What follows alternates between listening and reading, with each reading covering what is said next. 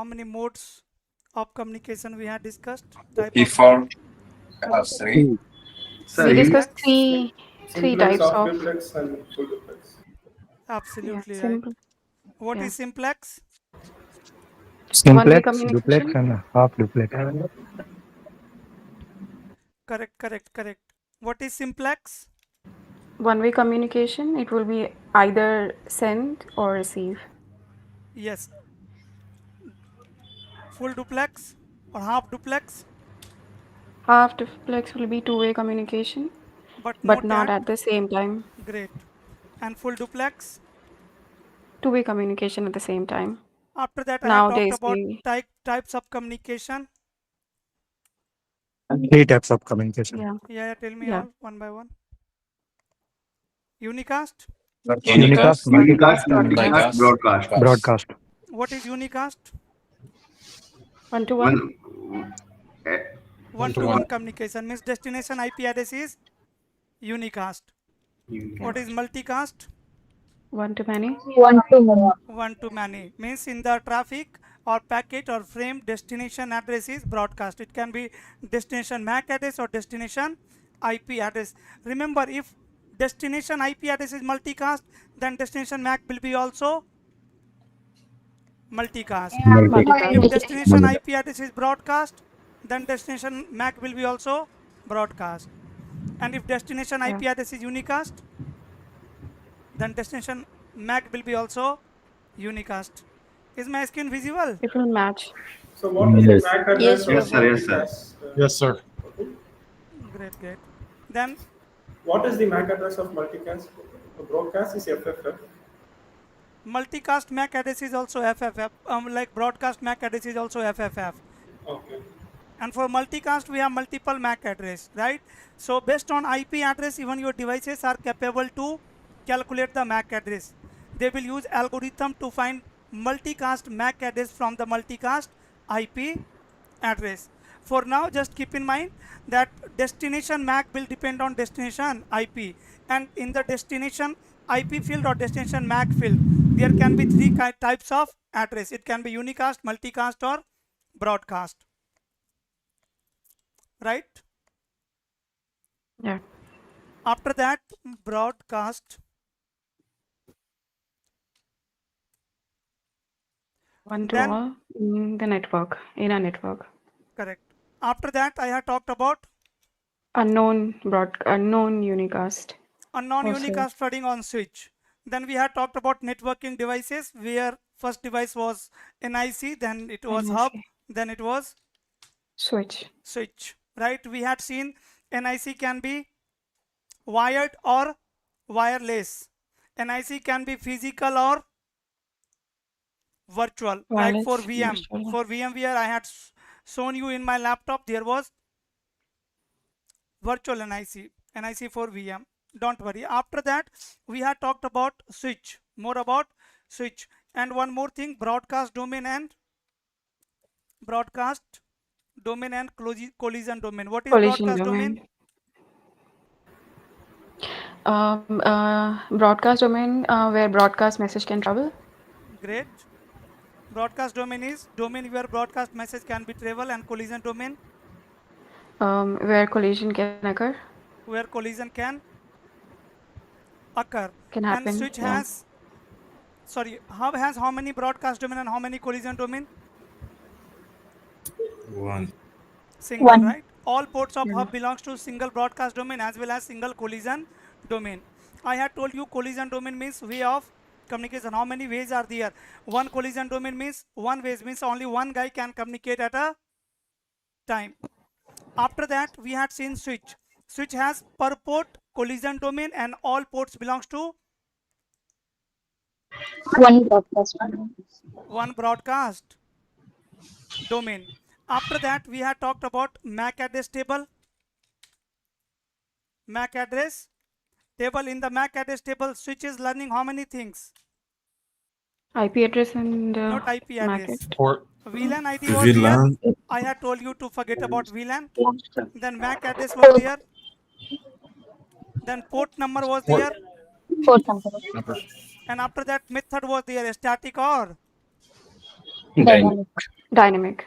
Dynamic. Yes, yes, yes. So switch was learning dynamically. And dynamically, how switch learn MAC address in their MAC address table? It learns source address, right? Source MAC address. That was the first function of switch. Then whenever switch will receive the frame, it is going to learn source MAC address from the frame, and it will make entry in their MAC address table. After that, second function of switch is forwarding. For the forwarding, switch is going to compare destination MAC address in the packet with their MAC address table, and it will find port number, and this way it will perform unicasting. But for the first packet, if switch will not find entry for destination MAC address, packet is frame is unicast, source address is also unicast, destination is also unicast, but switch don't know from where I should forward this frame. Means switch don't have port number for the destination MAC address in their MAC address table. Then what will happen? It floods the frame. Unknown unicast flooding. Unknown Unicast. Unknown unicast flooding. This is different from Broadcast. Means forward the frame from all interfaces except my receiving interface. Correct? Now Correct. you will learn the third function of switch, that is loop avoidance. Very important. You know, the most dangerous thing in the network is your loop only. Loop can kill the performance, right, if there is loop, right? So third function is going to be loop avoidance, right? We'll see how switch is going to avoid the loop. Before that, how loop can form. After that, I had talked about ARP table, if you remember, like MAC address table store MAC address, port number, VLAN, and method. Similarly, ARP table store what? IP address and MAC address. IP address. IP address, And MAC address with MAC IP address. address. address. Yes, MAC with IP. And the basic communication, basic requirement of communication was source IP,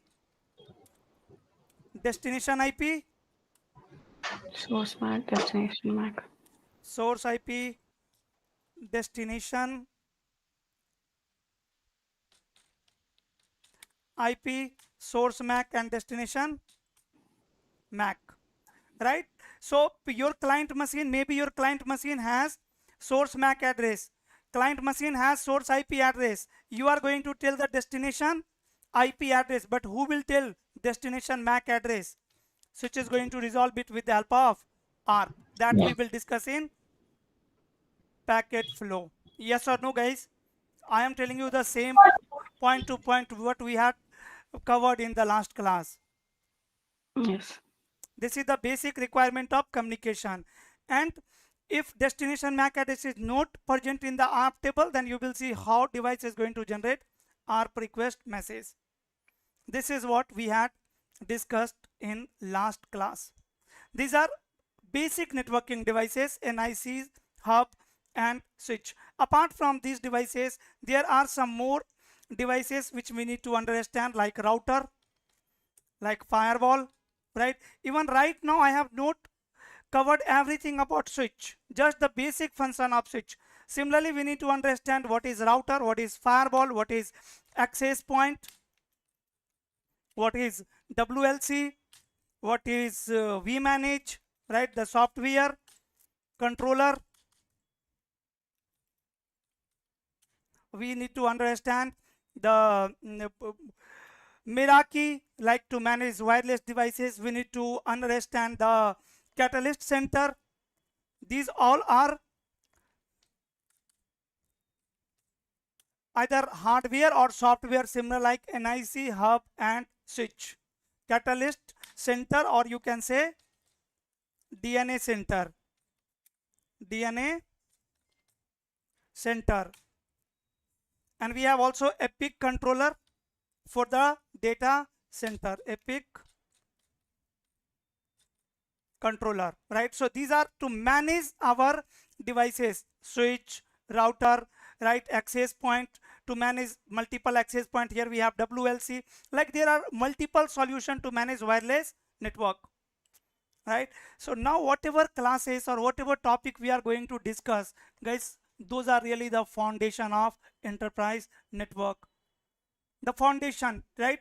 Switch is also very important device, and we will have around 15 to 20 classes on switch, like where we will be exploring the switching, and then day by day we will be talking about these devices as well. For now, what is switch? What is switch? We have discussed what is switch as well. Switch is a centralized networking device used to connect multiple networking devices together.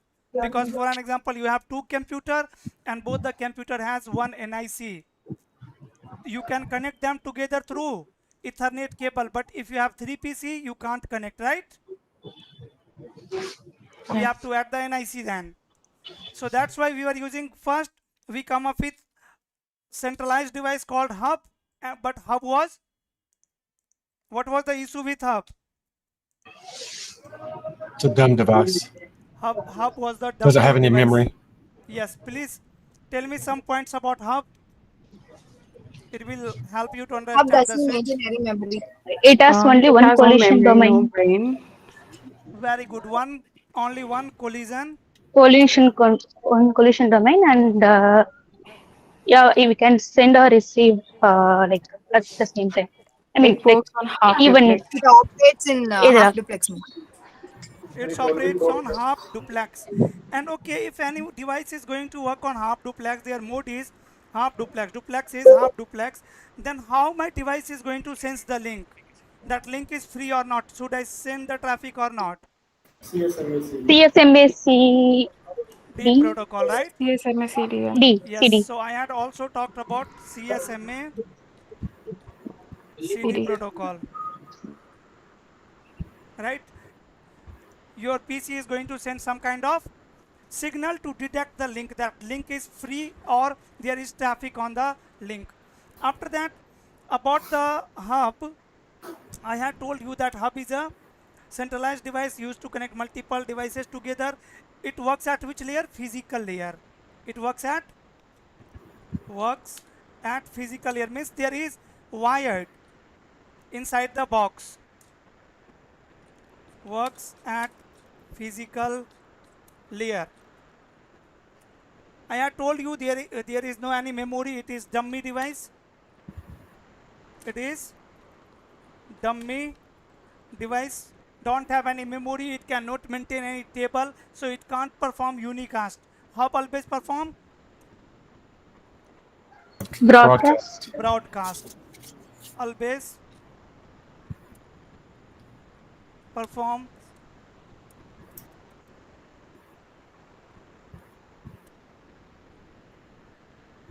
broadcast, and then it works on half duplex, right? After that, about switch, what I have told you, switch, It learns MAC address and one more Has a thing MAC about address hub. table. and forward the frame. Correct. One more thing about the hub, it has single broadcast domain and collision domain. Single broadcast domain, single Collision domain. collision domain. About the switch, I have told you it works at Layer 2. yes, Layer 2. very good, works at layer 2. And why we call switch is a layer 2 device? What is the meaning of works at layer 2? It Access. transfers data based on IP. It uses the MAC address to forward the data. Works based on MAC address. Yes, It forwards based on MAC address. exactly. You can say it takes forwarding decision based on layer 2 address. That's why we called it layer 2 device. Again, definition of switch is going to be same. Centralized device used to connect multiple networking devices together. Works on which duplex? Full duplex. Full Works duplex. on full duplex. Yes, anything else? I think I got it incorrect. The switch transfers the data based on MAC address. Yes, based on MAC address. MAC address Okay. layer 2 address. Okay. It can perform unicast, multicast, and Broadcast. Broadcast. broadcast, and also unknown Unknown unicast. Yes. unicast. Bloody. Then Sir, go ahead. sir, switch forward data one port to other port. Yes, Switch forwarding data one port to other port. from one port to another port. Yes, Yes, sir. And all networking devices, centralized devices, forward traffic from one port to another port only. What is this question? Switch is a intelligent device, means it has memory, and in the memory it maintain MAC address Table. CAM table. table. Yes, you can also say CAM table. Switch has per port Collision domain. collision domain and single Broadcast domain. broadcast domain. Anything else about switch? Okay, for now this is sufficient. Now my third networking device is router. Which one? Router. See, switch is used to form network. For an example, on a floor there are 100 employees. You have 100 number of computers and you need to connect them together. What you will do, you will use switch, maybe one switch and or multiple switch. If one switch has more than 100 ports, you can connect all the devices through single switch. Otherwise, let's suppose your switch has only 24 ports, so you can use multiple switch. Again, you can combine your multiple switch and make a logical single switch as well with the help of technology called stacking. Stacking is a technology used to combine multiple physical switch into single logical switch. Switch. So switch form LAN, local area network. And to connect multiple different network, we have another device called router, layer 3 device. It is called layer 3 device. So router connects two or more different network. Guys, I'm getting noise. Please put yourself on mute. Yes, great. So router used to connect multiple networks together.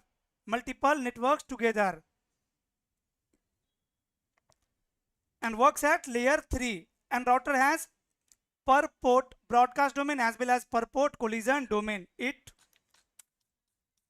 connects multiple networks together. Like switch connects multiple networking devices together and router connects multiple network together, right? So router divide broadcast domain. Switch does not divide broadcast domain by default. What will be the issue if I have large broadcast domain? Let's suppose 5,000 users are there in single types of user, different types of traffic. So we can't categorize them. You can't configure any security for a specific department. You can't implement QS for a specific department. That's why I have told you segmentation is a very powerful features which we are commonly using in the enterprise network, in the corporate network, to divide our large network into a smaller part. And router is also doing that. Through VLAN also you will do segmentation only. But VLAN can segment network at layer 2 and router can segment network at layer 3. Means you have different IP network. A router connect different IP networks. Okay, and works at layer 3 means router is going to forward traffic based on what? IP address. Based on IP address. About segmentation we'll talk more in VLAN, right? We have multiple topics where we will cover the segmentation. It works at layer 3. It doesn't mean router cannot understand layer 7 or layer 4 or layer 2. What it mean? It mean router forward traffic based on layer 3 address, which is your IP address. Works on full duplex. Full duplex has per port, broadcast domain and collision domain.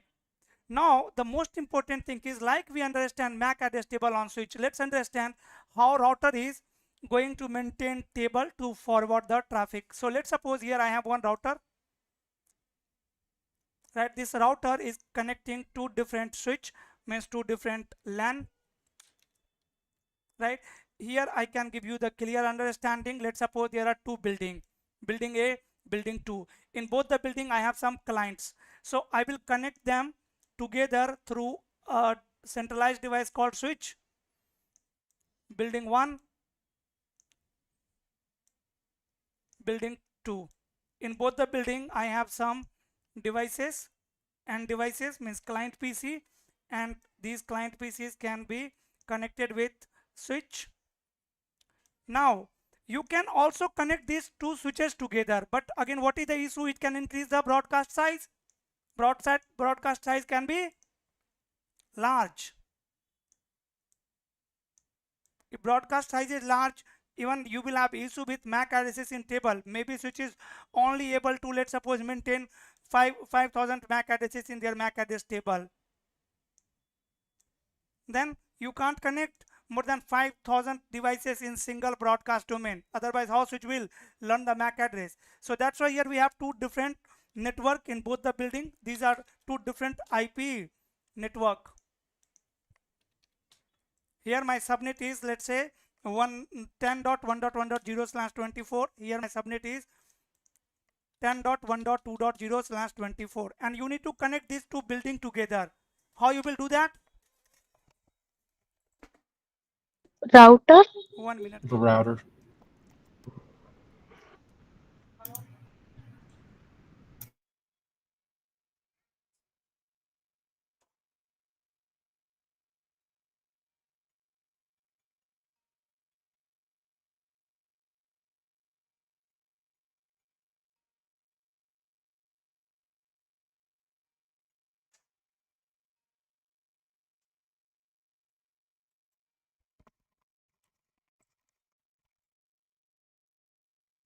Yes. Do you have something? Here I have to use router as we are using different IPv4 subnet.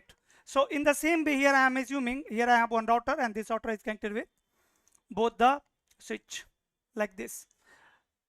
Now what you will do, you will configure one IP address from LAN 1 on this interface on the F0/0 of router 1, let's say fast Ethernet 0/0 and fast Ethernet 0/1.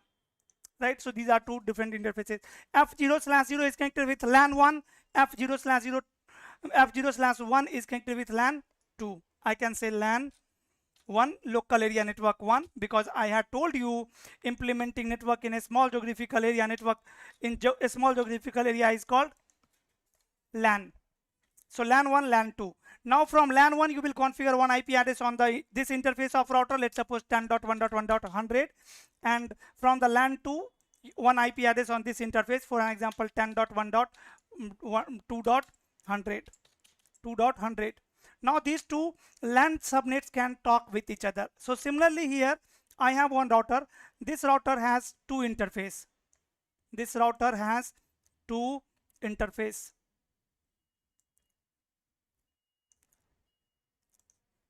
G0/0 and G0/1. Now whenever we configure IP address on the interface of router, what happened? Tell me. 192.168.1. Let's suppose 1 I have configured, or 100/24. What will happen when I will configure this IP address on the router? Gracious ARP. It will generate gracious ARP. Okay, to identify the IP address is unique or duplicate. Let's suppose IP address is unique. Then what will happen? It will make an entry in ARP table along It will with start MAC address. maintaining ARP table. In the ARP table, it will store their IP address and MAC address 192.168.1.100, and let's suppose my MAC address is A. Similarly, it will create It one will more. create routing table. It will add all the Yes. subsets. Similarly, like it create ARP table, it is going to create one more table. Switch create MAC address table. But switch is going to learn MAC address whenever it will receive traffic on their interface. But router, whenever you will configure IP address on the interface of router, soon you are going to learn how to find network ID of this IP address. So router will find the network ID of this IP address. And what is the network ID, guys? 1.0. 1.0/24. Yes, sir. Very good. So router is going to install that network ID in their routing table. How? Like this, that okay, one network is directly connected. C means directly connected. One network is directly connected, which is 192.168.1.0/24 on my Giga Ethernet bit 0/0. When you will configure IP on this interface, 192.168.2.100/24, again it will generate gracious ARP. It will make entry in their ARP table that my IP address on G0/1 interface, or I have this IP address on any interface 2.100, and MAC address, my MAC address of this IP address is B.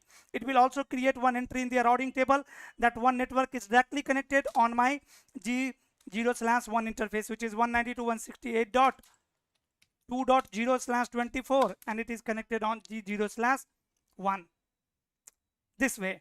Now, if router is going to receive any traffic, understand the behavior of router now. Let's suppose router is receiving any traffic on any interface, doesn't matter. Traffic is coming. So what is the source IP address in the traffic? Doesn't matter. Router is not going to check that. If router is receiving any traffic either on G0/0 or 0/1 or 0/2, any interface, there are two chances.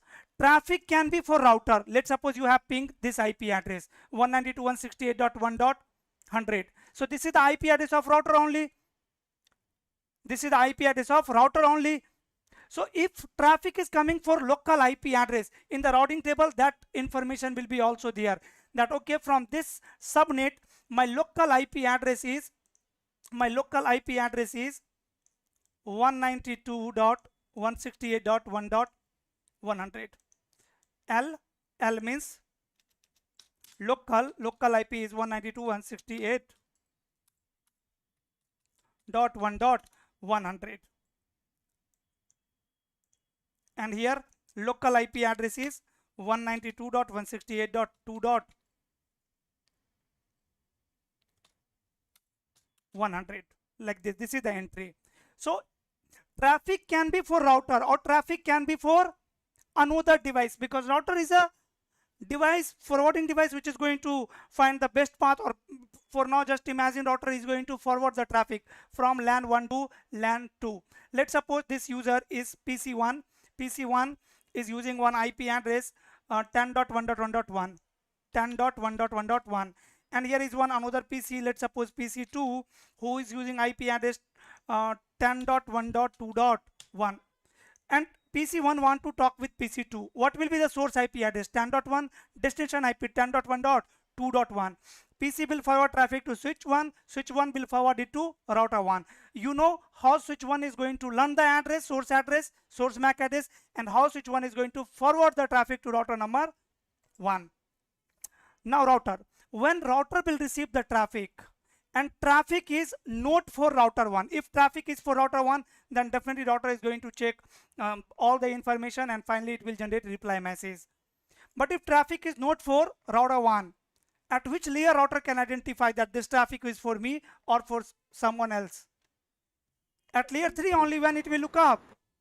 Layer 3 had an IP address. Hey, what is the destination IP address? Destination IP address is 10.1.2.1. No, this is not my IP address. This is not local IP address in my routing table. Then router is going to compare that, okay, this destination IP address is matching in which subnet, which network. Is it matching in this network or in this network? If it is matching in this interface, this network, then router will forward traffic from G0/0.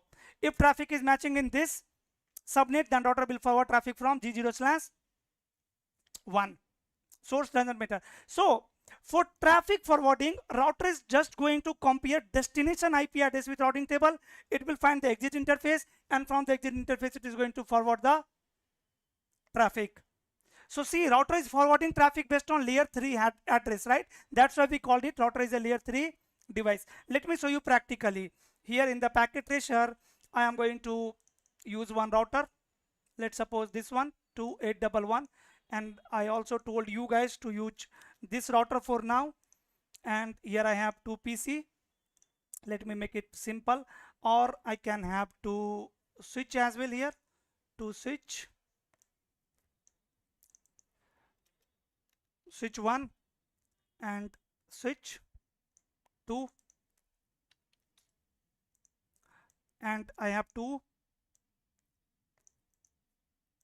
PC and devices, PC 1, PC 2, PC 1 and PC 2. This is the same network, 2 LAN, 2 different local area network.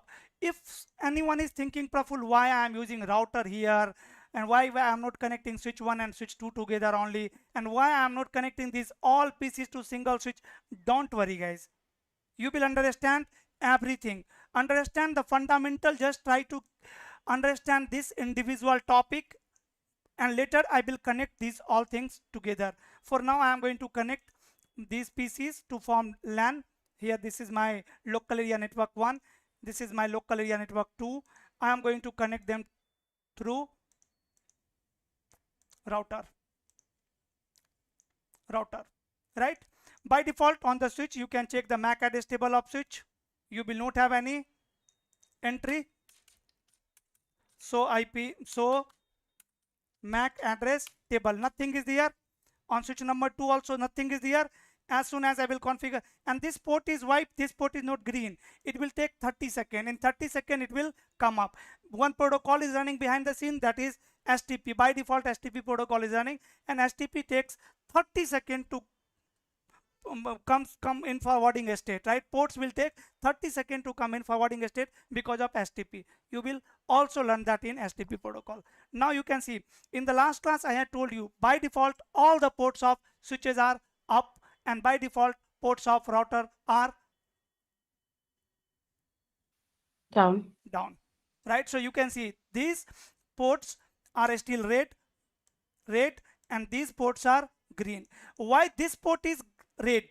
Because this is the port of switch. This port should be green. No, we had also talked about line protocol, right? So line protocol of this interface is what? Down, because the neighbor device port status is down. So line protocol of switch 1 is down. Here you can run command show interface status. In show interface status or show status command is also giving all the information, by the way, but maybe for now you are not able to understand. See here, G0/0 status is up as well as line protocol is up, but 0/3 as line protocol is down, this status is also showing down. Once this line protocol will come up on the router, you are going to say no shutdown, this port will come up.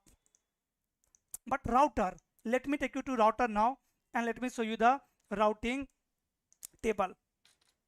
Enable and show IP route. This is the command to check routing table. See, there are some notation, right? Like I told you, C means directly connected. You can see C means connected. So with the help of these notation, you will understand which types of routes this is in the routing table. For now, in the routing table, there is no any route available. Nothing is there, empty, right? If I will configure IP address on the PC, here let's suppose my subnet is 10.1.1.0/24, and here my subnet is 20.1.1.0/24, and on the router I am going to configure 10.1.1.100 here and 20.1.1.100. If you are thinking, Praphul, 20 is the public subnet, why you are using it in private network? Don't worry, you can use private subnet. This is only for testing, that's why I have used it, right? But in the production, definitely I will not use here public subnet, I will use private subnet. So if I will configure IP on PC1, what will happen? Switch will update their MAC address table. 10.1.1.1, let's say, subnet mask 255.255.255.0 and default gateway IP address. For now, forget about the default gateway. For now, default gateway is the exit or entry point of my network. So this is LAN network in building 1. If anyone from building 1 want to send traffic in building 2, in LAN 2, then this is your exit point and entry point. Means all the traffic for outside network will out from this interface, and all the traffic from outside come in my network from again this interface. This is the exit interface of my network. That is default gateway. So here I am going to configure default gateway IP address which is 10.1.1.100 and close it. Now if you will check MAC address table of switch, there will be one entry. So MAC address table, here you can see the MAC address on F0/1 interface. PC1 is connected with F0/1. Switch has learned this MAC address dynamically, and here is the MAC address. So it can help switch to perform unicast for this particular MAC address whenever it will receive traffic. Very good. Now come on router.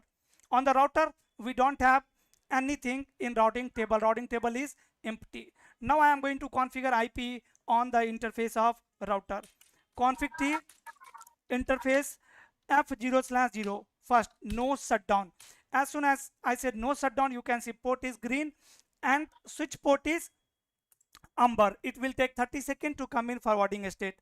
After 30 seconds, it will automatically be green.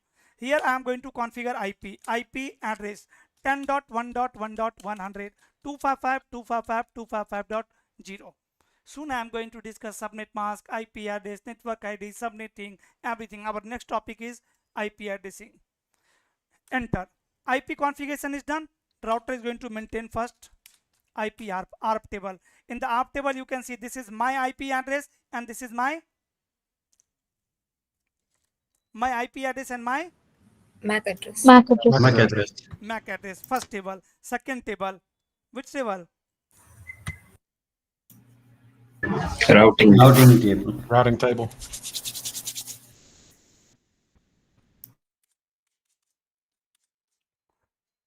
This is command to check summary information of routing table. Summary information means summary of route. So IP route. Enter. Are you able to see the entry this time? Two entry C and L. L is local. This is my local IP address on fast Ethernet 0/0. Means if I will receive traffic for this IP address, then I don't, that means traffic is for me. I have to check the data, actual information. What is the information? Is it ICMP request message or HTTP message or telnet traffic? Means it is going to check the actual content. But if destination IP address is anything else except this IP address, then router is going to forward that traffic. Then router will not check, let's say, layer 4 information. Router will only check layer 3 information. Based on that, it will take forwarding decision. And SIM is connected. What it's saying? Connected 10.1.1.0/24 is directly connected on fast Ethernet 0/0. So if I am going to send any traffic, let's say ping and 192 dot, sorry, not 192, 10.1.1.1, what will happen? Once I will ping will work, guys? Yes, ping will work. Once I will ping, my router is going to generate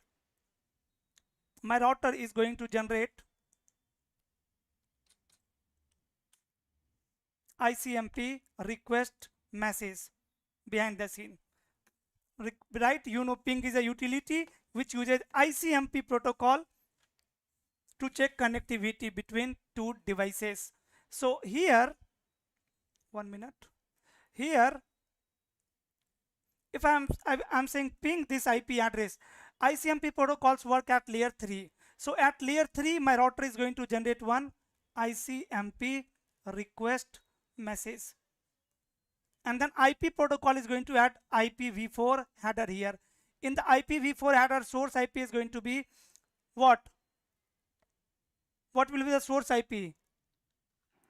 10.1.100. The local IP address, right?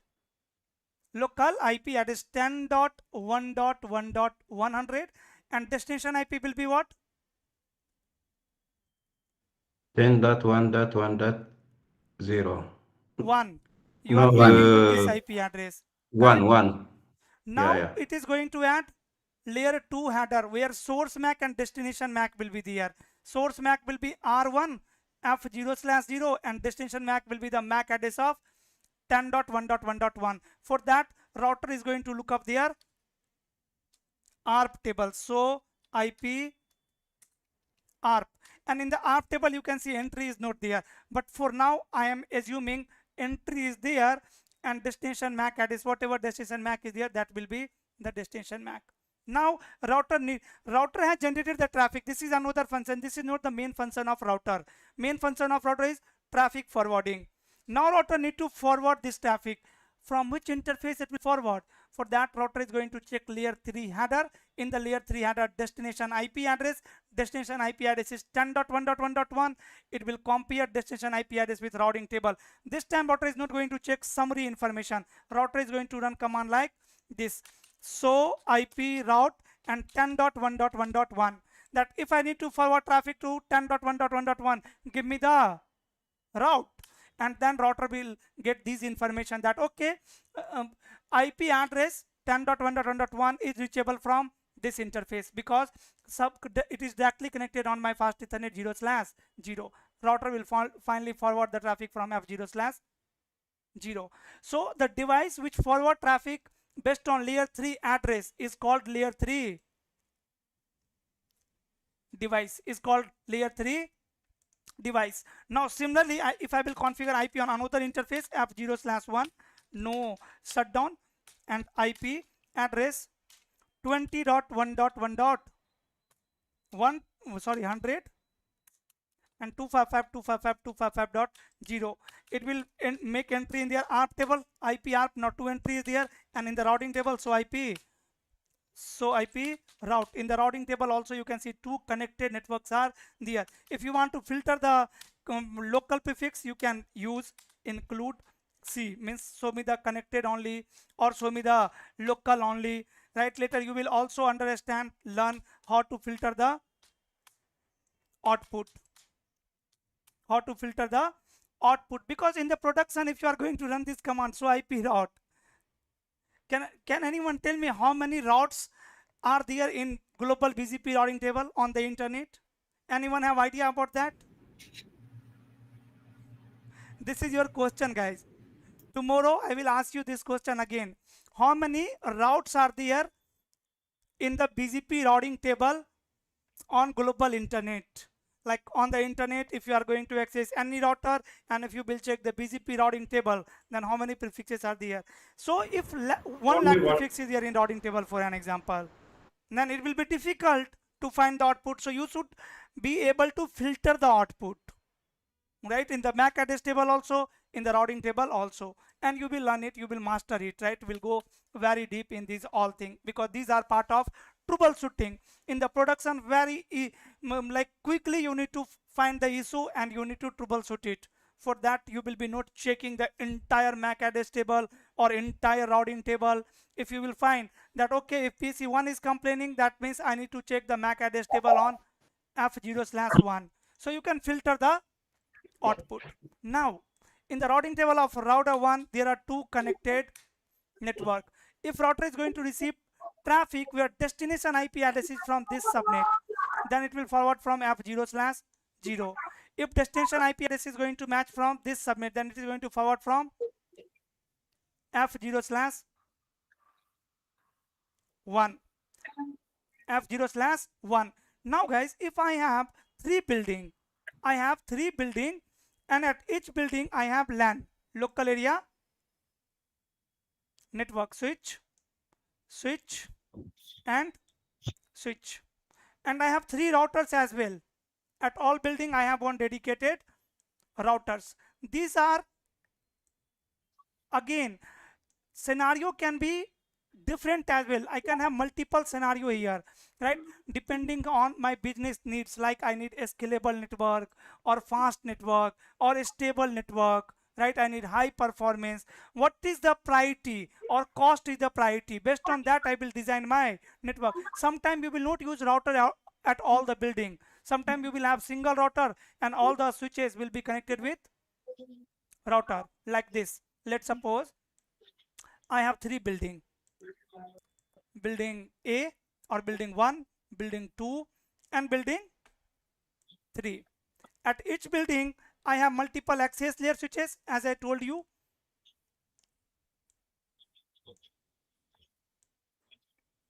Then maybe multiple distribution layer switch or one distribution layer switch. Both the access layer switches are connected with this distribution layer like this. And now here see how I can connect these 3 buildings together. First option, I can connect them together like directly distribution to distribution. Usually you will not connect access layer switch because access layer switch will extend the broadcast domain, but here we can have different broadcast domain as well. These are layer 3 switch. Layer 3 switch means it can work as a layer 2 device as well as layer 3 device. Sometimes it can forward traffic based on MAC address, sometimes based on IP address. It will maintain MAC address table as well as routing table. Another option, here I can have one router and all the distribution switches are connected with this router. So day by day when we will be learning these topics, routing protocols, you will be understanding different design as well, that how I should connect 3 building based on my needs. For an example, I have 3 building and at each building I have one dedicated router. Dedicated router connected like this. Connected like this. In this case, tell me, can PC 1 and 3 talk with each other? Here if I will configure IP 20.1.1.1 and subnet mask 255.255.255.0 and gateway IP address 20.1.1.100, can PC 1 and 3 talk with each other? Yes, they can talk. Even you can open simulation and you can see the traffic as we are learning, and in packet flow you will learn it in detail.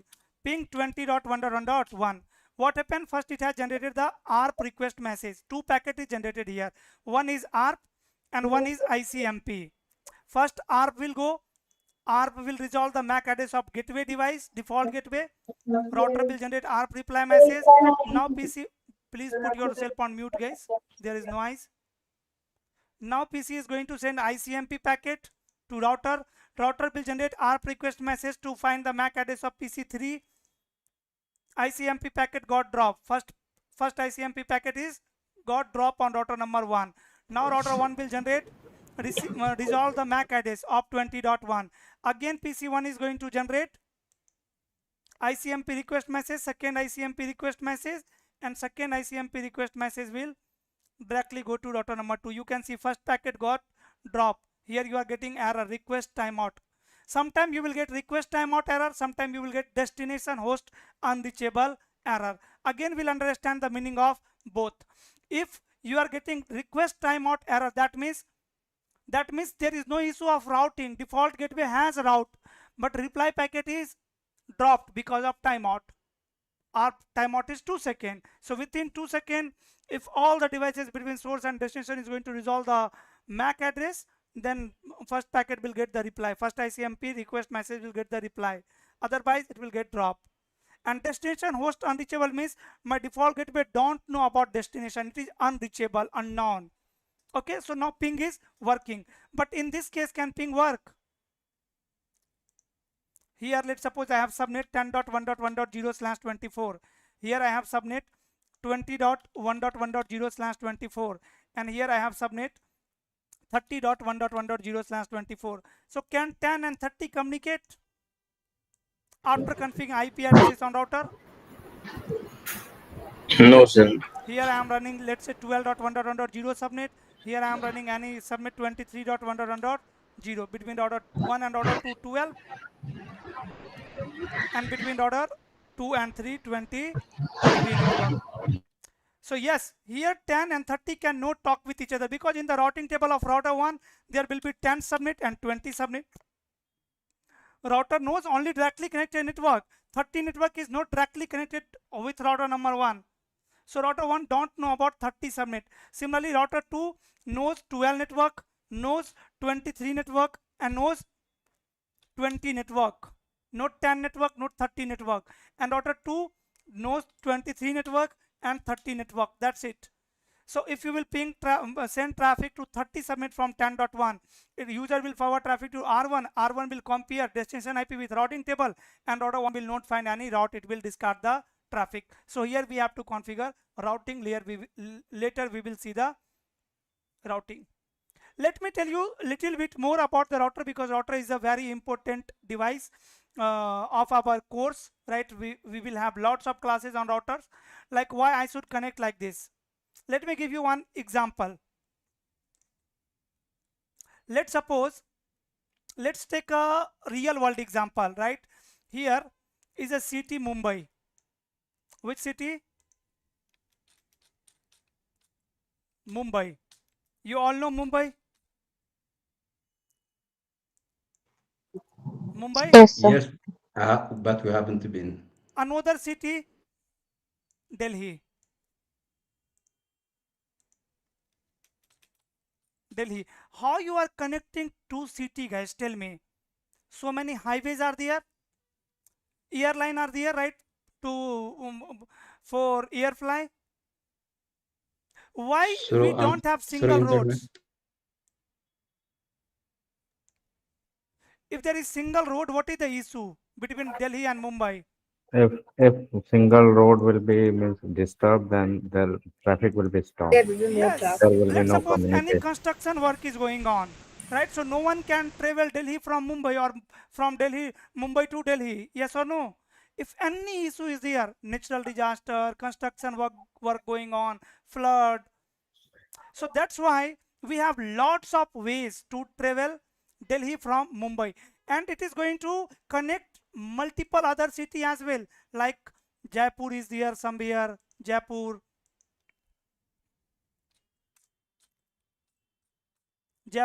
somewhere another city, let's say MP, Bhopal, right? And we have connect these all cities, so that if any path is down or any work is going on, then also there will be reachability. Like we have path like this. Let's suppose one highway is here. The same highway is connecting Jaipur as well as Bhopal. The same highway is connecting Delhi and Bhopal. Another way is there between Mumbai and Bhopal, like this way, right? Here also I have way, here also I have way, right? Like this. Now if someone want to travel, let's suppose Delhi from Mumbai, so these are hopes. Here are your routers. Here you will add routers on all the junctions. Why? On the highway you must have seen the traffic controller, like the traffic police, who will be pointing you towards your destination. Let's suppose here is a guy, traffic controller guy here, who is pointing the car which is going Jaipur towards this road, that okay, if you are the car, just go there, because all car is going to Jaipur. The truck is going to Bhopal, so the same traffic controller will point towards Bhopal. Same traffic controller, same police will point someone to go this way for Delhi, right? So single point is connecting all the cities. Yes or no? Benefit: if let's suppose any construction work is going on, now how someone can reach Delhi from Mumbai? Still they can reach. They will go from this road, they will reach here, and here traffic controller can tell the best path, that hey, if you want best path, then go there, and go there. So traffic controller is giving the best path between source and destination. Otherwise so many path is there, and all are not the best path. Router is also doing the same thing in your network. When you are connecting two city, even two building together, if multiple path is there, that means your network is reliable, available. Means if any link is done, no problem, still source and destination can talk, and router will be providing best path. So router install best path in the routing table only, right? Here it is not mandatory that router is going to install all undirectly connected path in the routing table. Maybe in the database there will be all the path, so that if primary will goes down, then it can install the secondary path, backup path. But by default in the routing table, not by default, always in the routing table, it will store best path. In my case, here router has two network information in the routing table, because guys, for 10 and 20 you can see only one path is there. So definitely if one path is there, that will be the best. So router install best path in the routing table. How router build routing table? For now, connected network only. You know the dynamic behavior. Later we'll learn how to add a static entry in the routing table, and how router can dynamically learn undirectly connected network through routing protocols like EIGRP, OSPF, BGP, ISIS, and so on. So switch maintain MAC address table to forward the frame, to forward the traffic. Switch compare destination IP address, destination MAC address with MAC address table and find exit interface. Router build, router maintain routing table, and in the routing table it store best path to forward the traffic. Whenever router receive traffic, it compare destination IP address with routing table, find exit interface, and take forwarding decision. That's it. For now, this is more than sufficient about router. Ask if anyone have any question. So till now we have covered NIC, switch, and router. If anyone have any question from these three devices, feel free to ask. Hi. Okay, so just to resume, um, routers forward traffic based on IP address, but it also needs the MAC address. Is that right? Right? Absolutely right. That's why it has Okay. ARP table. In the Okay. ARP table, it will store MAC address with IP address only. Okay. Okay. Thank you. So I just wanted to make sure. Yes. Yes.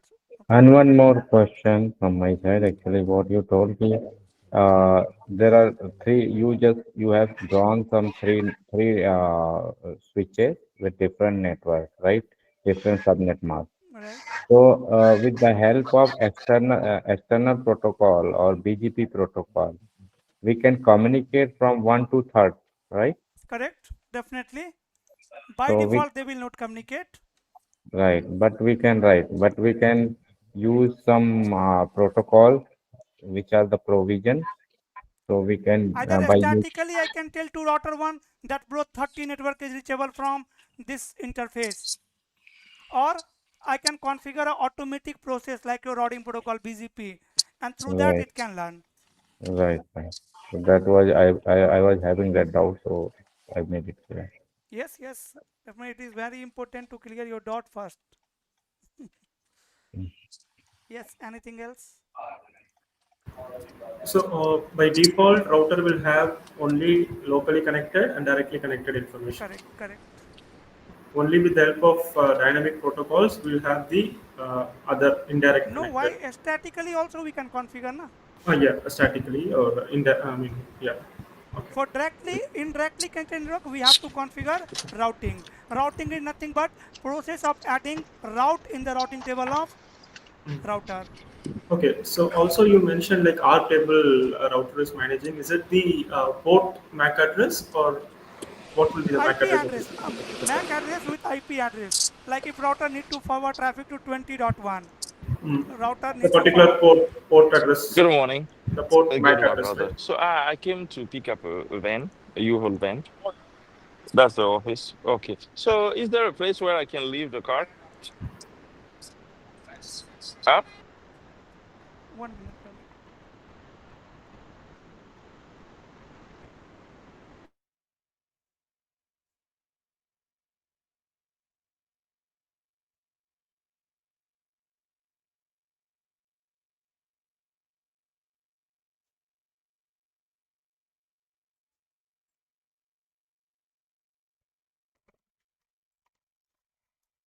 Okay, so yes, here what I told you that let's suppose router 1 need to forward traffic to 20.1, and the basic requirement of communication is source IP, destination IP, source MAC, destination MAC. Destination IP address is already there in the IP packet. Source IP is already there. Source MAC is going to be there. Exit interface MAC address. But what will be the destination MAC? Destination MAC of 20.1 is required on router number 1. So for that it will maintain ARP table. In the ARP table it will check MAC address of 20.1. If it is not there, it will generate ARP request. That we'll see in packet flow. Got it. Thank you. Oh, I have one question actually. So a router will also maintain the MAC address table and the Not switch MAC also address maintain table, the. brother. ARP table.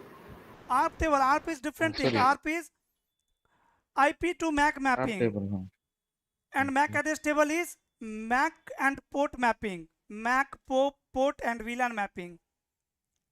Routing Okay. table is network and interface mapping.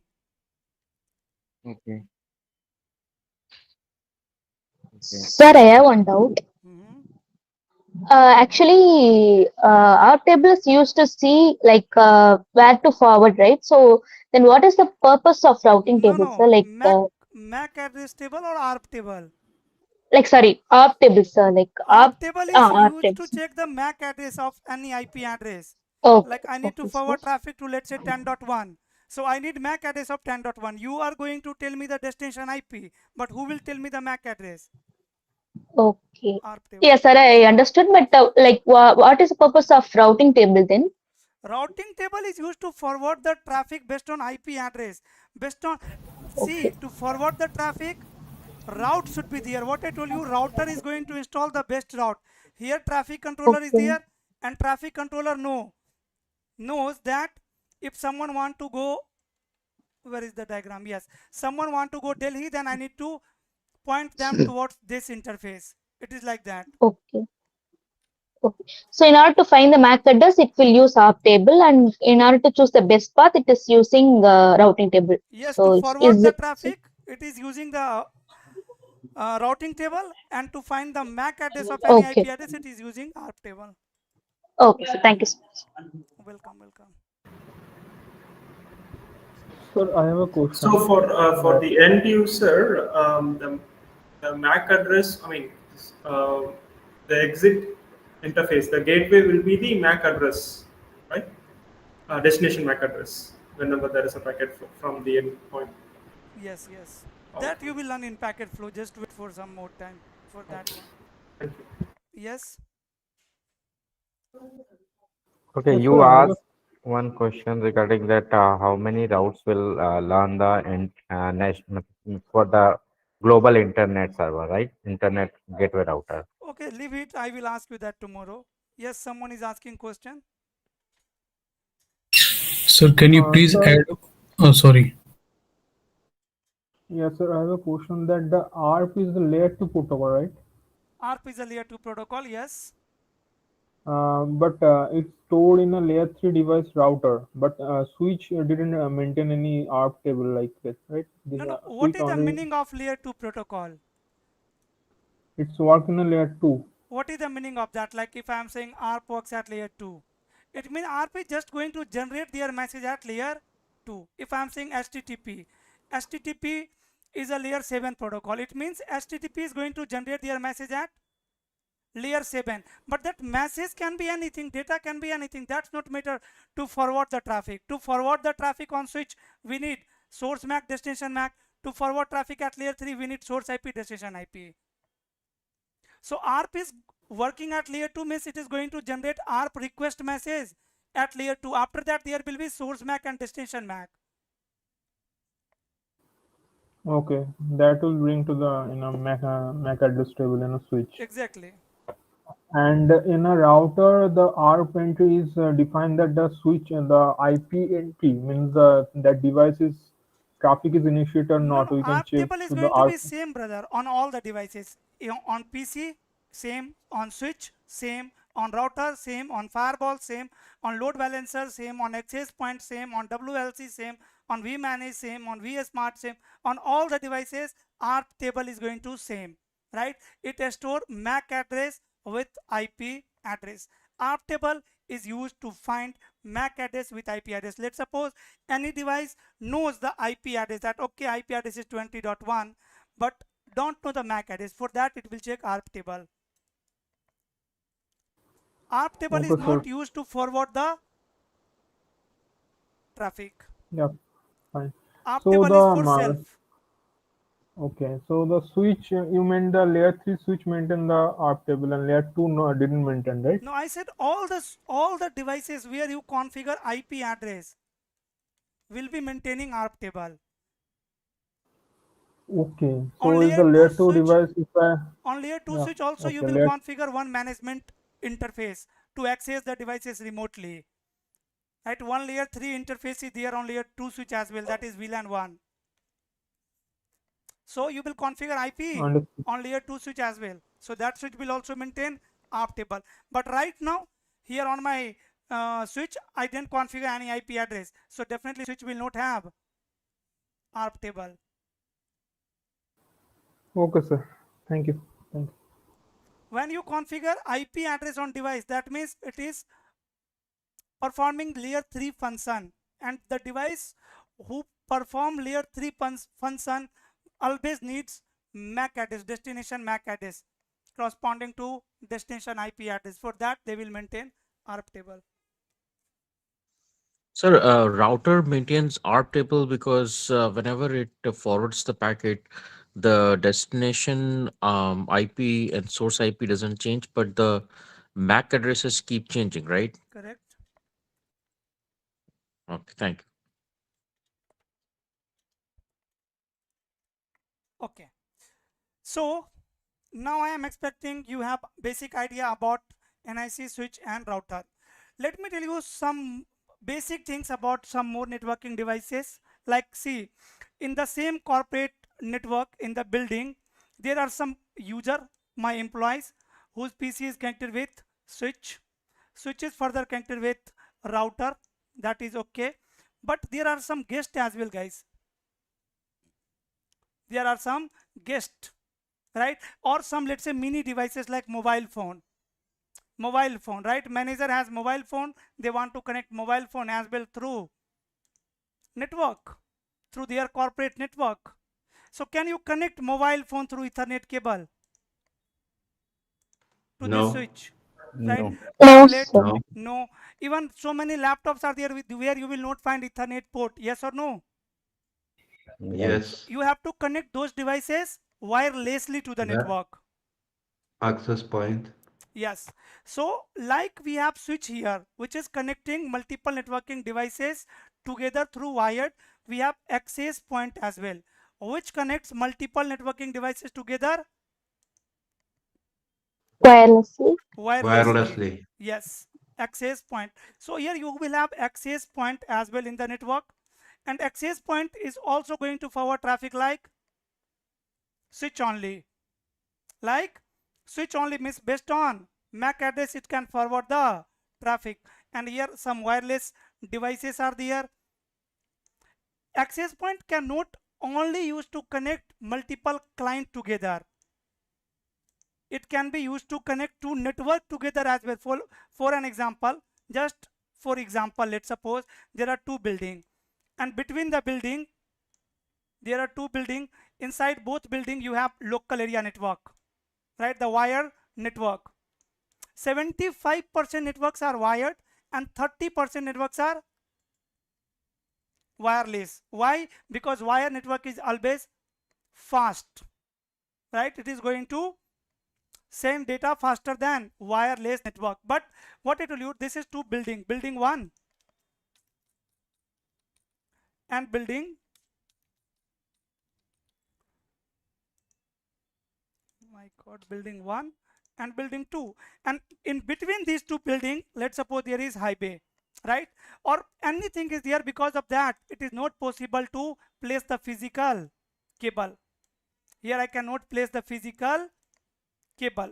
In the cable, again, we have multiple types of cable. Ethernet cable is there for 100 meters. If distance between building 1 and building 2 is 100 meters, happy to use Ethernet cable, because Ethernet cable need low maintenance. Even you can walk on the cable, no problem. But fiber need care. You can't even bind the fiber cable, it will get damaged. So because of any reason, here let's suppose see like what we say, any river is there between these two buildings. Because of that, I cannot place the cable. Government will not allow you sometime. So you can connect building together wirelessly as well. Here you can use again one access point here, one access point here. Difference between using access point here and using access point here is going to be mode, on which mode your AP is working. We have different modes on AP. We will learn that as well, right? AP can work in how many modes and where we should use in which mode. So sometime it can use to connect clients, multiple clients together. Sometime it can use to connect two physical network together. Inside the building we have same physical network, switches, client machine, router, and that is further connected with access point. And in the packet tracer we can also see the configuration of access point. The basic configuration of access point definitely I will show you. We can not see the advanced configuration of like all the configuration of access point. Even configuring access point is, guys, very easy. It is basic device, basic configuration will be there, very basic. But you don't have the virtual image like router, like switch for EVNG. You can't install AP in VM. So in the packet tracer, access point is here. We can use that. We can perform the lab, wireless lab as well. And if we have lots of access point, if we have lots of switches, if we have lots of routers, like if I have lots of edge router, like let's suppose 500 branches are there in my company. Imagine the Google has so many storerooms, so many data centers, so many branches, and all are connected together. At each branches there are multiple edge devices. To manage those edge devices, earlier we were managing those devices manually. Manually means accessing router through SSH and running the command one by one. So repeating configuration on multiple devices can take times. There is chance of human error. So nowadays we have SDN based solution, software defined networking, network which can be configured, controlled, managed with the help of software, is called software defined networking. So for each type of devices, for wired device like switch, router, for wireless devices, access point, WLC, we have SDN based solution. I will talk about SDN based solution at the end of this course. But remember this, right now we are going to manage these devices, configure these devices manually through CLI, because that is foundation, that is core. Until and unless you will not learn that, you cannot manage it through SDN. Similarly, for to manage lots of access point, we have one controller called WLC, right? So we can see the configuration of WLC in EVNG. We can deploy WLC in our EVNG, but you need physical access point to perform the proper wireless lab. I will give you the idea. You can configure in the production without having any issue, but we will not have the complete lab of wireless networking. We will have the complete lab, but in packet tracer, where we'll see the basic configuration of WLC. We will control multiple APs with WLC. We can do that in PKT, packet tracer, but not in the EVNG. So WLC is one another device, and the purpose of WLC is manage multiple access point together. This, in that case, when you are managing access point through WLC, we call it lightweight AP, not points. Sorry, sometime in flow I'm taking wrong name. To manage access point is centralized device used to connect multiple devices, multiple networks wirelessly. And to manage multiple access point, we have a wireless LAN controller, that is WLC. It can manage. So now if let's suppose I am managing this access point through WLC, and this PC want to talk with this PC, then WLC will be forwarding the traffic. User will generate traffic, it will send to AP, AP will send to WLC, and WLC will send it to other PC or maybe to router. So just keep in mind the basic overview, like what is the function of WLC, what is the function of access point, like switch maintain MAC address table and it forward the traffic based on MAC address. Similarly in wireless also we are going to forward the traffic. On the switch also you will learn the authentication, on access point also you will learn the authentication. Means will secure our wired network as well as wireless network. Okay. And some softwares, wait 1 minute, some softwares to manage WAN edge devices. We have software called vManage. vManage used to manage or configure. vManage, or you can say manager. You can say manager. Later I will talk more about this. Theoretically we will not have lab, but I will show you, give you the idea behind vManage, like how vManage is going to manage. Even I will show you the dashboard because I have SD-WAN lab, so I can show you the dashboard. So it is used to manage WAN edge devices. You know the WAN edge device which is connecting LAN and WAN, which is connecting private and public network, internal or external network, LAN and WAN. So for edge devices, WAN edge devices, routers, core routers, we have vManage. Similarly for LAN devices like your access layer switch, your distribution layer switch, you have controller called Catalyst Center, list center, or you can say DNA center.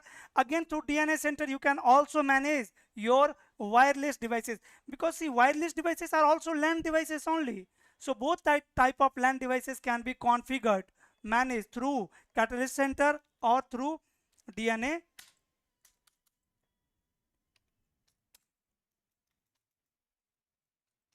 Center. LAN devices. These are virtual appliances. And we will have some introduction about data center network also. Here you will see in the data center we are using leaf and spine architect. For leaf and spine devices you have again another controller called EPIC, right? So these are our networking devices which we are going to master in our class, and these are the main components of enterprise network. For now we will have lots of classes on switch and router, then we will have some classes on access point, WLC, and after that some classes on these virtual appliances. Like for software, this software can be installed on anywhere, like you can install it on cloud or on your server, even you can install it on your laptop. Right, that is for centralized management. When you will learn the router configuration, switch configuration, at the same time you will also understand the issue. When you will run 20 of command on lots of routers, same command on all the routers, you will understand the importance of automation. Right, we will have some introduction on automation devices, automation tools as well, like Python, NetMiko. Again, not the implementation, not the lab, but theory.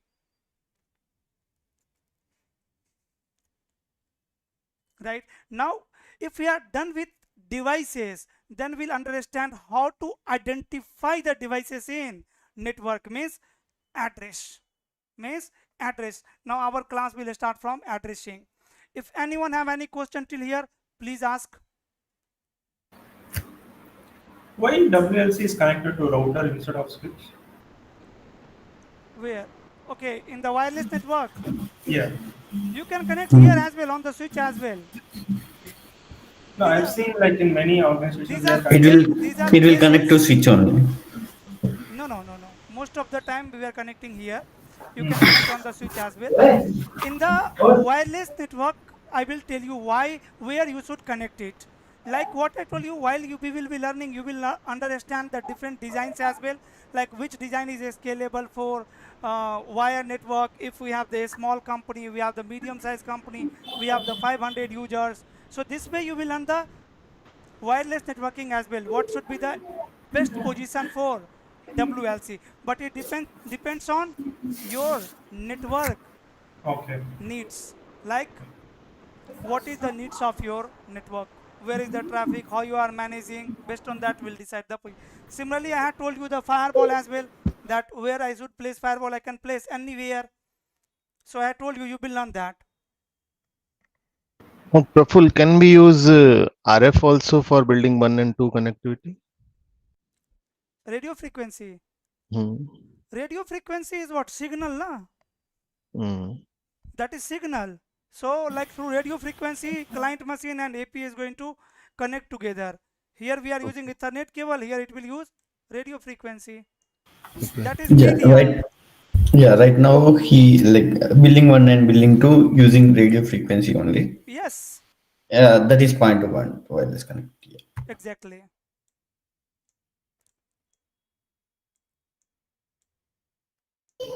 Sir, I have a question.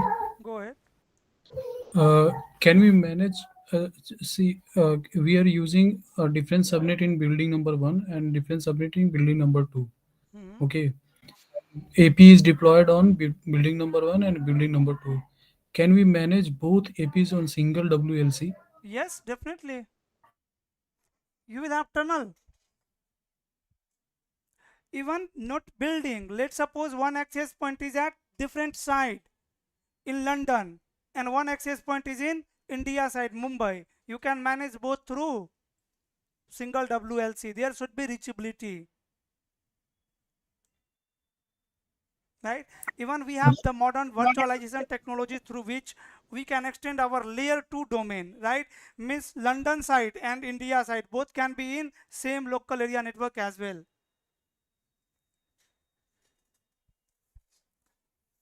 We have topics like technology like LIPS, VXLAN.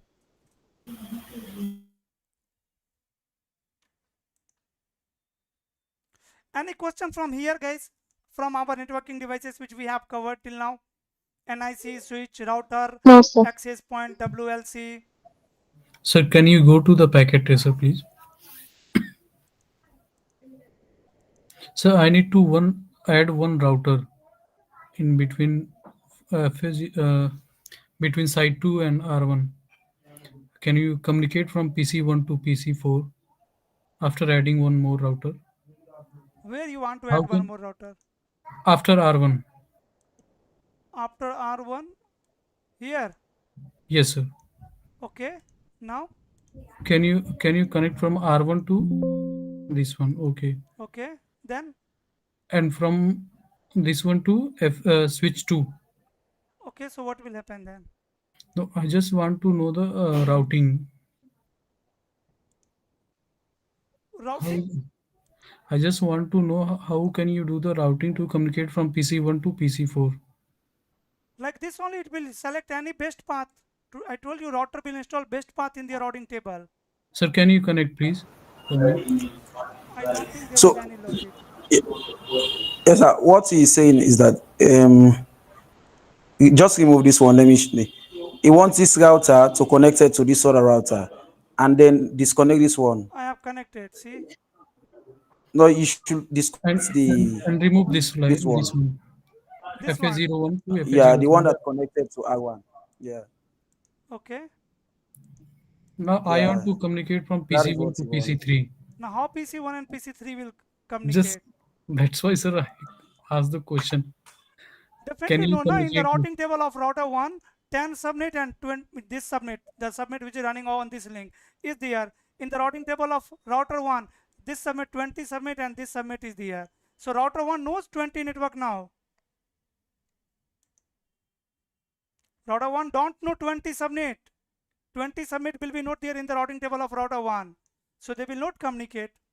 This is the same topology, na bro? Yes. Is it the different one? No, the same topology. But sir, I need to, how can PC1 communicate with PC3? You have to configure routing. Yeah, routing. Yes. So that will come in next class or might be some other In the class. routing class, we It's will just have lots yeah, of classes on routing. it's Okay, just a okay, sir. basic understanding. Okay, okay.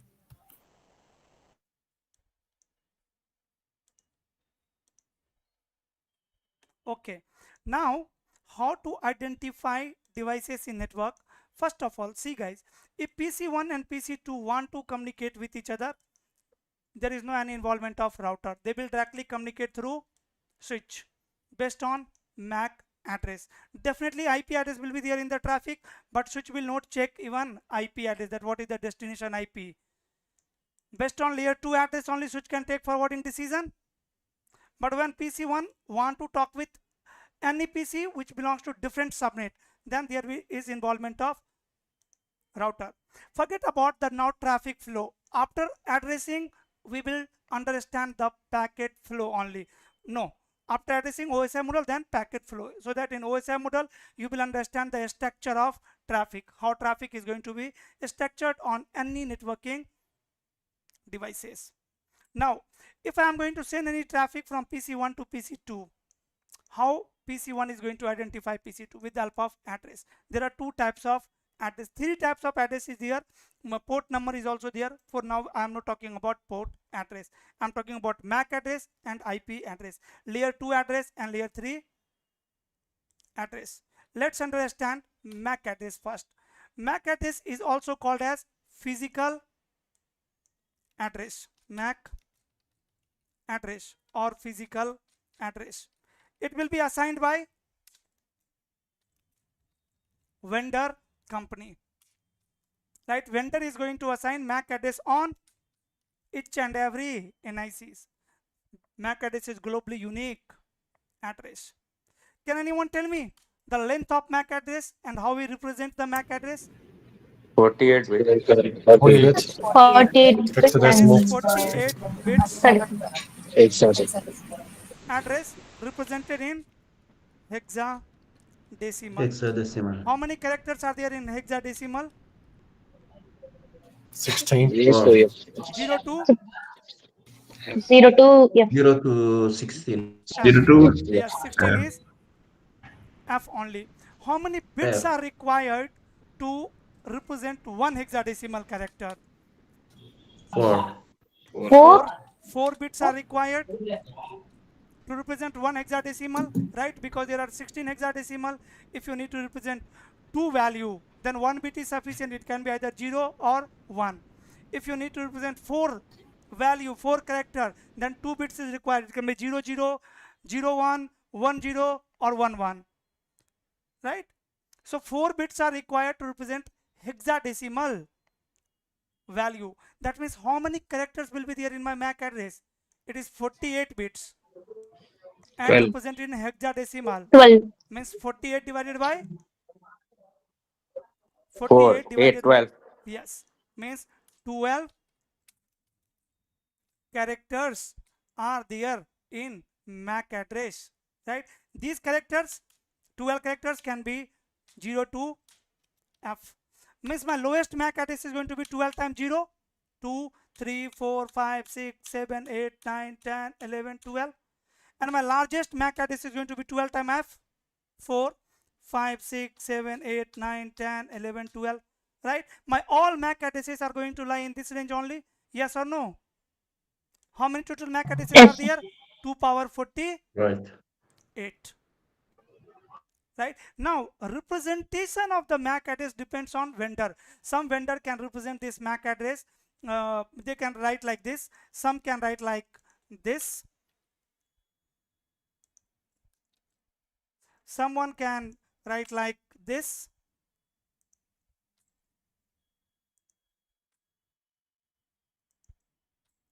Someone can write like, oh, how many zeros are there? 2, 4, 6, 2, 4, 6, 2, 4, 6, 8, 10, and 12. Someone can represent it like this also in 3 fields, right? And they have separated field by colon. Someone can separate like this, someone can separate like this. But these all MAC addresses are Same. Same, right? The There is no same. any difference, no difference. All are same MAC addresses. These all are same MAC addresses. These all are same MAC addresses. But what I told you, MAC address is globally unique. How a vendor will understand that? Okay, let's take an example of HP. HP is going to manufacture their laptop, right? They have manufactured their first laptop. MAC address on the NIC port is going to be hard coded from this range, but how HP will understand that what MAC addresses are free and what MAC addresses are already used by other vendors? So that's why, to make it unique, globally unique, we divide MAC address into two parts. Guys, if I will ask you, who is managing the MAC address or IP addresses globally? INA. Yes, there is an organization called INA, non-profitable company. INA is managing MAC addresses, IP addresses, port number, public port, public IP, private IP, OUI, vendor assign, right? So if HP is going to manufacture their computer, HP need to buy some part of MAC address from this organization, INA. And INA has only record that which MAC addresses are free and which MAC addresses are already sold. How? INA divide MAC address into two parts. MAC address is divided into two parts. First part is called OUI. What we call OUI, or you can say divide as into two part, means first 6 character, total character in MAC address is 12. So first 6 character or hexadecimal value, and last 6 character.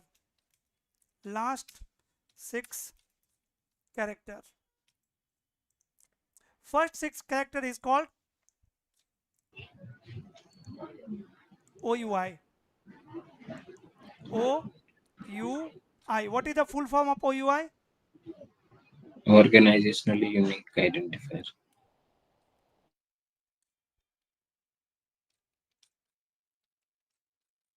Organizational unique identifier,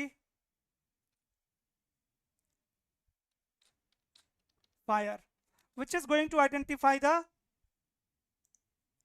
organization,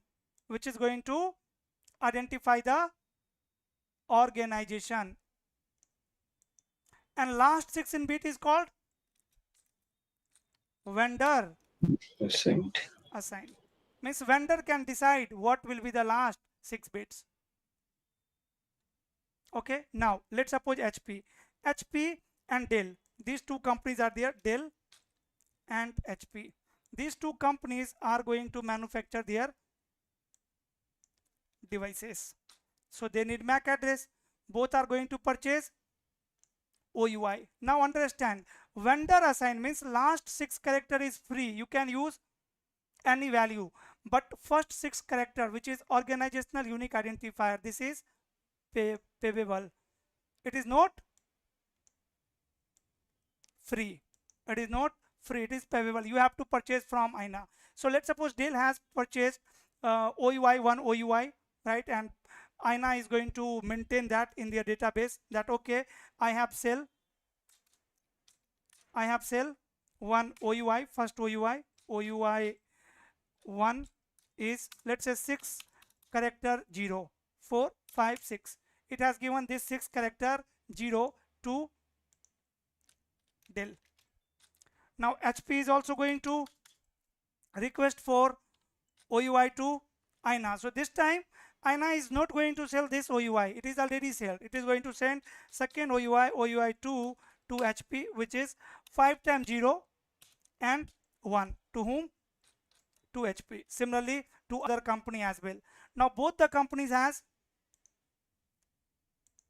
OUI 1, 2, 3, 4, 5, 6, 6 times 0, and they can use last 6-bit character from the range, right? Last 6 character means from 6 times 0 to 6 times f. For first laptop, it can have this MAC address, let's say 3, 4, 5, 6. This is first MAC address. Second MAC address is going to be what? 1. Third MAC address is going to be what? 2. Fourth MAC address is going to be what? 3. Last MAC address is going to be what?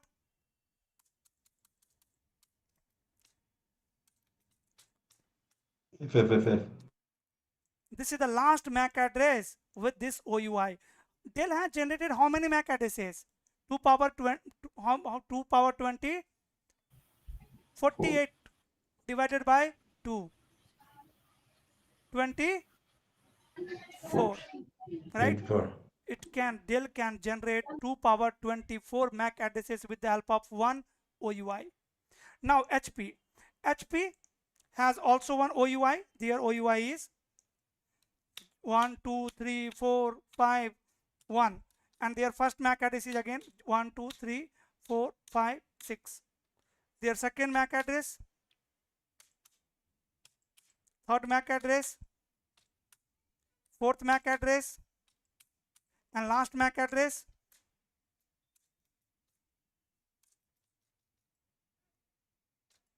Now see the MAC address of Dell and HP. Is it unique or duplicate? Even vendor assigned part is same, right? Both has used the same value in last 6 character, but MAC address is, guys, unique. Yes or no? Yes. MAC address is unique. Similarly, if I will show you the MAC address of my laptop, IP config. Here you can see the MAC address IP config all. See the MAC addresses. How many characters are there? And is it a valid MAC address? Yes, it is a valid.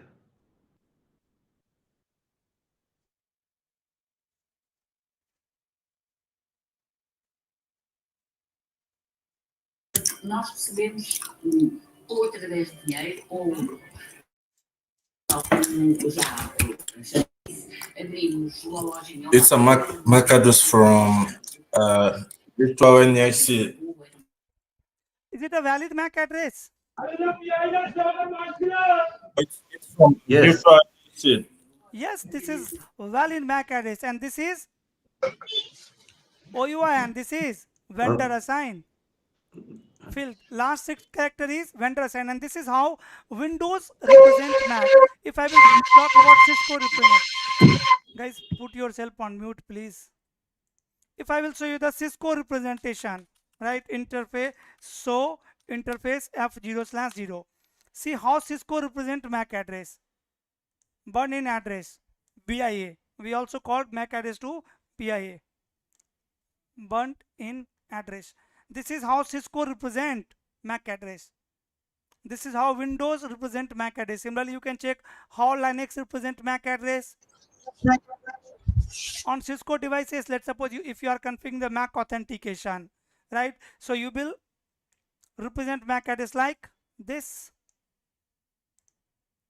On the in the MAC address table of switch 1, I am creating any entry. So I will represent MAC address like this. Switches has multiple ports. Will all ports have unique MAC address, guys? Will this port Yes. have unique MAC address? Yes. No. Switch will have one base MAC address that is going to be globally unique, and based on that it is going to create duplicate MAC address that will be local to your network. These are layer 2 ports. Now, like we have MAC address will be assigned by vendor company, right, by vendors on the NIC. Like we have MAC address, we have another address called IP address. Now who will tell me the length of IP address? IPv4 32 bits, address. sir. Huh? 32 bits, sir. 32 bits. Very good. How we represent? Decimal notation. 32 bits address represented in not hexadecimal. Dotted decimal. Represented in dotted decimal. Dotted decimal. How many Decimal. fields? We have 4 fields. 4 Yeah. fields. And each Fields. field is separated by dot. A dot. A Each field dots. is separated by dot. Dots. So if I have 32 bits address and divide it equally into 4 parts, then each part will have how many bits? 8. 8 bits. And by using 8 Yeah. bits, what minimum and maximum decimal value you can write? 0 to 256. 0 to 255. I mean 0 to 255. 55, but total 56 be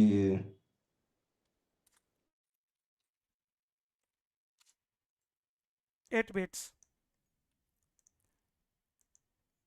So you will get minimum value if all the 8 bits are 0. 0. 1, 2, 3, 4, 5, 6, 7, 8. Decimal value is going to be what? 0. Maximum value 0. if all the bits are 1. 1. If we will convert this binary into decimal, then it will be 255. I am expecting you all know the binary to decimal convergence. So in each field, Yes. my value can be from 0 to 25. 255. Yes, 0 to 255. 255. Yeah. And each field is separated by dot. So what will be your lowest IP address? 0.0.0 means all the bits in all the fields are 0. And maximum IP address 255.255.255. Right? All the IP addresses are going to lie in this range only. Yes or no? Yes. Right? 0.0.0 means all bits are 0. 1, 255, 255, 255, 255 means all the bits are ones. If I am writing one IP here, let's say 10.150.170.188, is it a valid IP address? Yes, sir. Any IP address from this range is valid IP address. Any IP address. Later we'll understand what is network ID, but network ID is also one IP address only. So in general, if I will ask you, is this valid? Answer should be yes. Is this IP address valid IP address? 10.11.180.300. Is it a valid IP? No. Why this is not a valid IP? 300. Last octet is 300. In last octet value is 300 More and than we have 255. only 8 bits for each octet. Why we can call this field octet as well, because 8 bits is called one octet, right? So first octet, second octet, third octet and fourth octet, like this also we can call, or first field, second field, third field, fourth field. So in fourth field here value is 300, but with the help of 8 bits we can't get 300 decimal value. Yes or no? That's why this IP address is Invalid. How many total number of IP addresses we have? 2 power 32. 2 power 32. And guys, needs of IP address is more than this. Multiple people are utilizing many IP addresses, like even nowadays your car key is also using one IP address. A smart TV is also using one IP address. Keyboard, mouse, all the devices are using IP addresses. So we have shortage of IPv4 address, right? Total number of applicable IP address and the required IPv4 address, there was a gap, big gap. Later we come up with IPv6, but first we try to reduce the shortage by using different techniques. Like first we divide IP address into classes. First we divide IP address into classes. How many classes are there? 5. 5. How we divide IP address into classes? Based on first octet, value present in the first octet. Based on value present in first octet, yes, right. So Aina was the organization who was working on it. Aina said, let's do some mathematics, and they said, okay, let's have one class, class A, for large size network. For big company, let's create a dedicated class. And what Aina did, see, when I am talking about classes in IPv4 address, then forget about last 3 octet, because we divide IPv4 address into classes based on first 8 bits value. So in first octet we have 8 bits. Out of 8 bits, Aina reserve 1 bit, that this bit, first bit will be always 0. And if first bit is always 0, then how many free bits are there? 7 free bits 7. will be. So if all the 7 bits are 0, then you will get minimum value for class A. And if all the 7 bits are 1, 2, 4, 6, 2, 5, 6, 7, then you will get maximum value for class A. What will be the decimal value of this binary? 0 to 127. Minimum value, if all the 8 bits are Zeros. Zero. From here all the bits are 0, all 8 bits are 0, then value is going to be 0. And here, what will be the decimal value of this binary? 127. 127. 127. So this is the range for Class A. Class A 0, and here 127. You know, in CCNA 200301, recently in recent paper I have seen this question, that how many network can be designed from class? How many network can be designed from class A? And there was some option. First option was 2 power 8. Second option was 2 power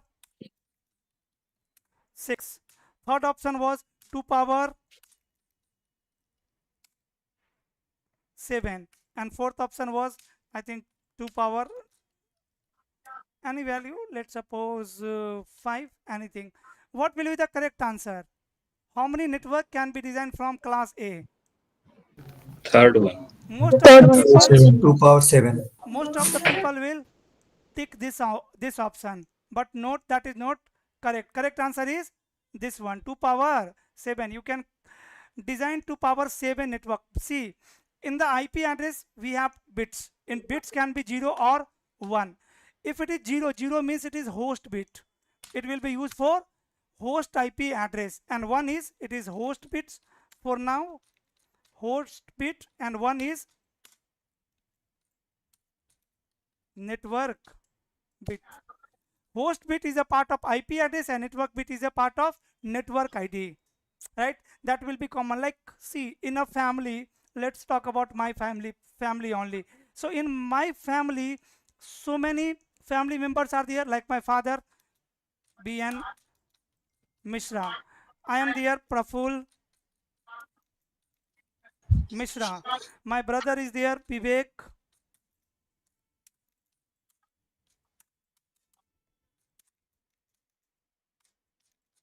Mishra. Sister, wife, son, like all are living in this family. So you can see one thing is common in all family members in my family. What is that? Last name. That is surname. Mishra.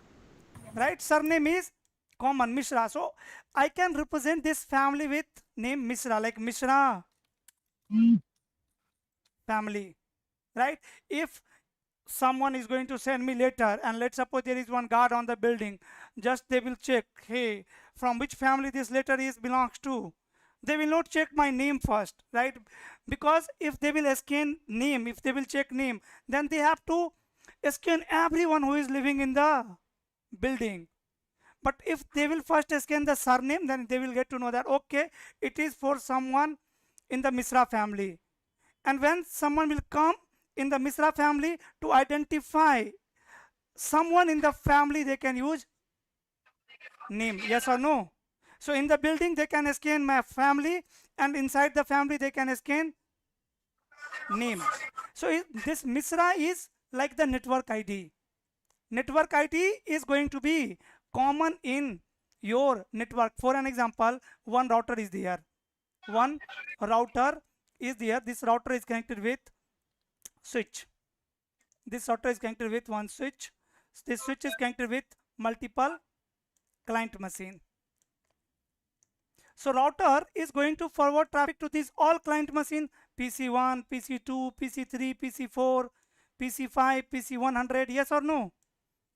Router will be performing forwarding for all the PCs. So how many entry router need to store in their routing table?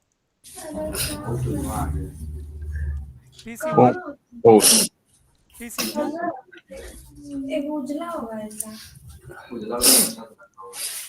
and PC4. Right? IP address 10.1. बढ़िया fit आ रहा है, आपको मजाक लग रहा है, सही बोल रहा है। अच्छा फिट आ रहा है ना? तो व्हाइट शर्ट, उसके बाद फिर कौन सा डांस था? बदतमीज दिल गा दीजिएगा। बदतमीज दिल में थोड़ा फिटिंग वाला पहनता है पैंट वाला। ये नहीं है अच्छा, वो बिल्कुल 10.3 and 10.4.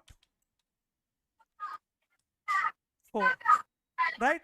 Now, if router is not going to use something like network ID, then router need to install these all IP address in their routing table.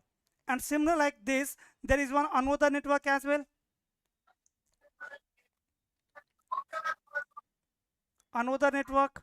This network is also connected with router. This router is also connected with this router. So both the router have to install IP address, all the IP address in their routing table to forward the traffic. Database of routers can increase, right? So here we will use something which is common in all the IP addresses here as well as here. Let's say IP address is 20.1, 20.2, 20.3 and 20.4. So you know what is the common? See, 10 is common in all the IP address, right? 10 is common in all the IP address here. 20 is common in all the IP address here, correct? Yes. Right? So router can make entry like this, that okay, on F0/0 a network is connected which is 10.0.0.0. Means doesn't matter what value is there. Here in last 3 octet, in first octet, if value is 10, then I will forward the traffic from this interface. And you know inside this single entry how many IP addresses are there? 2 power 24 IP addresses are there. Those are the host address. Those are the host address. Similarly, they can make entry on one more entry on F0/1, that okay, in first octet the value is 20 and here in last 3 octet value doesn't matter, then I will forward traffic from F0/1, F0/0. Now if router will receive any traffic where destination is, let's suppose 10.101.112. Let's say 13, this IP address. So router is not going to check this value. Router will only check first octet value. Okay, in first octet here I have one entry in the first octet value is 10 and this network is connected on this interface. It will directly forward traffic from here, right? So this is what, this is network address, similar like the Mishra, right, which is common in all the IP address. And the host is this portion, the IP address, like my name, my dad name, right? And 1 represent the network and 0 represent the host, means the IP address which you can use. Like host means you can imagine 3 bit and 1 means reserve bit, which is reserved for network. So I said how many network you can design from class A. To design network you need network bits. So out of, for class A we have 8 network bits. Out of 8 network bits, we have already reserved 1 bit. So 7 bits are free that can be used to design network. Similarly, for class B, they have reserved 2 bit 1 0. First value will be always 1, second value will be always 0. You will get range for class B. So how many bits are free? 6 bits are free. If 6 value is 0, then you will get minimum value. If all 6 bits are 1, then you will get maximum value. What value you will get here? 128. What value you will get here? 191. 191. Right? So this is the range for class B. B. Similarly, for class C, it has reserved 3 bits. First bit will be 1, second bit will be 1, third bit will be always 0. You can't change it. It is fixed. So how many free bits are there? 5. So if all the 5 bits are 0, then you will get minimum value for class C. And if all the 5 bits are 1, then you will get maximum value for class C. What is the range? What 192. 192. And here? 224. 223 or 4? 223. 223.555. Now still we have some IP addresses like from 223 to 255, right? Yes, sir. So as a network engineer, you are not going to use this range, right? You will be not configuring it. These IP addresses are reserved. Some IP addresses are reserved for multicasting technology. Some are reserved for research. Like NASA, ISRO, this company uses some IP addresses. That is class D and E. D is reserved for multicasting, E is reserved for research. now issue is, yes, now issue is, let's suppose here I have one IP address 10.1.1.1. How to identify how many network bits are there and how many host bits are there? Like which are the network portion and which are the host portion, right? We have to have a prefix. Subnet master? Yes, exactly. Now we have a tool called Subnet mask. Subnet mask is a tool, or you can say marker, which is going to specify how many network bits are there and how many host bits are there in a particular IP address. How many network bits are there and how many host bits are there in a particular IP address. For each classes, we have one predefined subnet mask, and based on your needs of IP addresses, you can customize it as well. Later we'll see that is classless interdomain routing. First understand classful interdomain routing. Okay, so for class A, what is the range? Class A, what is the range? 0 to 127. For class B, 127. 128 to 128 to 191. 191. And for class C, 192 to 223. 223. Right? These are the value in first octet only. Value in second octet, third octet, fourth octet doesn't matter. Now, first I write this IP address 10.11.12.13. First I ask you this IP address is valid or not. Correct? You said yes, this IP address is valid. Now I am asking you this IP address belongs to which class. For that you will check what? First octet value only. That what is the value in first octet, and value is 10. That means this IP address belongs to which class? Class A. Class A 110.150.167.130. This IP address belongs to which class? Class A. Class A. 172.16.1.1. This IP address belongs to which class? Class B. Class B. Class B. 193.1.1.1. This IP address belongs to which class? Class C. Class C. Class C. Now you need to identify the network bits and host bits. For that, from each class we have predefined subnet mask. From each class we have predefined subnet mask. For class A, my subnet mask is 255,000. what I told you. Subnet mask is notation of two things: network bits and host bits. Host bit. Network Host bits bit. means 1, host bits means 0. 0. 0. Right? So for class So A, 255. we have in first octet all the bits are network, and second octet host, third octet host, fourth octet host. It is defined, predefined, means all the value is going to be 255 in subnet mask, not in the IP address. You have seen first bit is 0. Like you have IP address, similarly you have subnet mask. For class B, my subnet mask is NNHH. yes, B and C. Here we have N, and H. Right? Means all the bits in first octet is 1, means 255.0.0.0.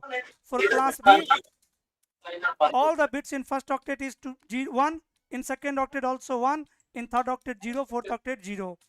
In class C, 255, 255, 255 dot. Please put yourself on mute, guys, if there is noise.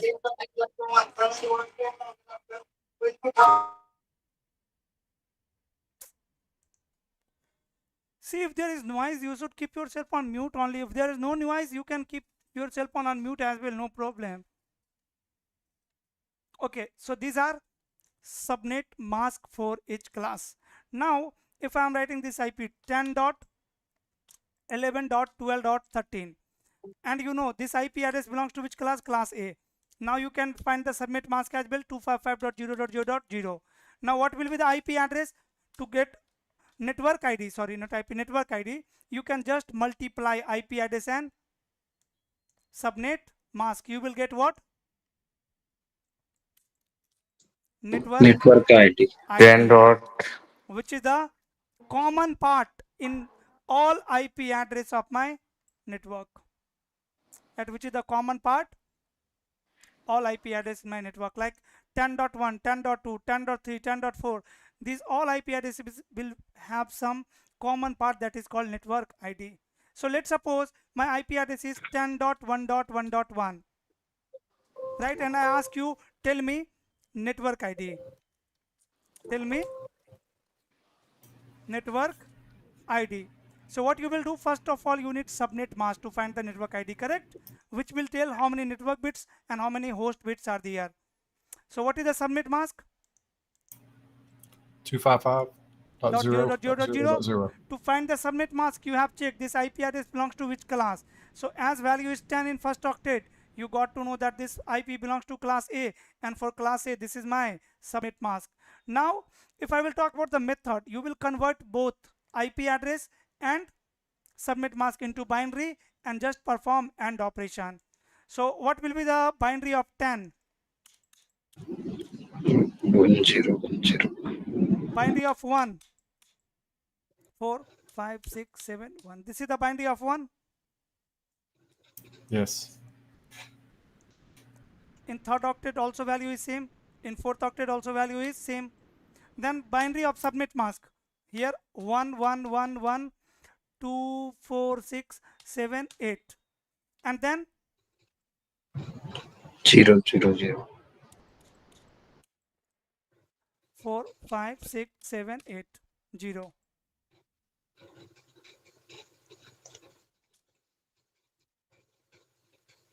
Correct?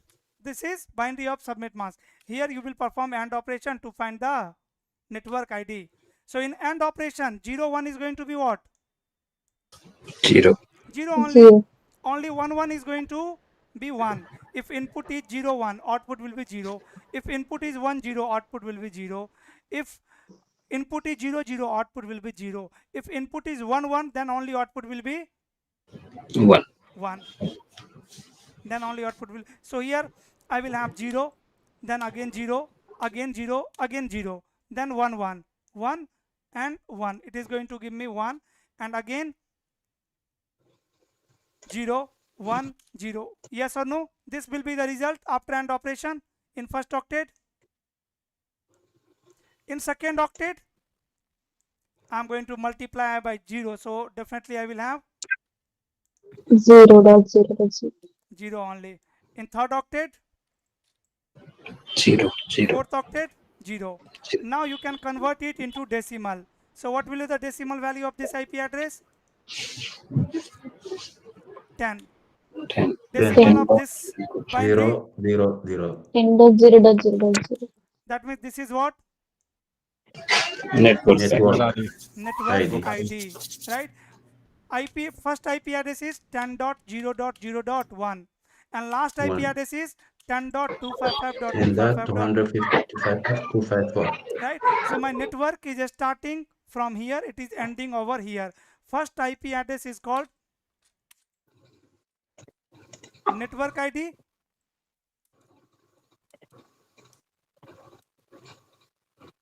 Network ID and last IP address is called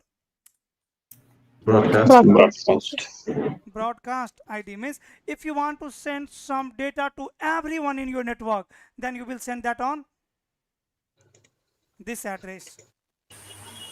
Then you will send it on this address. For an example, here I have lots of PCs in this network and this is the manager PC. Manager want to send a letter to their all employee. So they will send letter on which address? On 10.1.1.255. This is my network portion. I can't change anything here and this is the last IP address from this subnet. First IP address 10.1.1.0. This is network ID. First IP address 10.1.1.1. Second IP 10.1.1.2 and last IP 10.1.1.255. Because here I am using /24. This is CIDR. You will learn it in subnetting. Right now I am not talking about subnetting. Now can you find the network ID of any IP address 192.168.50.150? Tell me the network ID of this IP. 192.168.50.0. 50.0. This is the network ID, right? Because this IP address belongs to class C. For class C, we have subnet mask 255.255.255.0. 255 means all one. If you are going to multiply 192 by 1, you will get same value. Here also you are going to multiply 168 by 1, you will get same value. 50 by 1, you will get same value. And you are going to multiply 150 by 0, you will get 0. Similarly, 172.150.18.19. What will be the network ID of this IP? 172.150.0.0. If anyone have not understood it, please ask. Please tell me. How to find the network ID? Range from classes. Before that, let me talk from beginning. In IP addressing, what I told you, IP address is 32 bits address represented in dotted decimal, right? Divided into 4 equal parts. So each part is going to carry 8 bits. By using 8 bits, you can represent the decimal value from 0 to 255. So my IP address is going to be in this range. Lowest IP address will be this one, largest IP address will be this one. This is global broadcast address. This is global network ID. Then we talked about classes. We come up with classes to reduce the shortage of IPv4 address. We divide IP address into 5 classes based on value present in first octet, and here is the range for all classes. Then to identify network ID and subnet mask, we come up with subnet mask, right? Subnet mask is going to identify how many 1 and how many zeros are present in your IP address, and based on that, based on subnet mask, you can find the network ID of any IP address.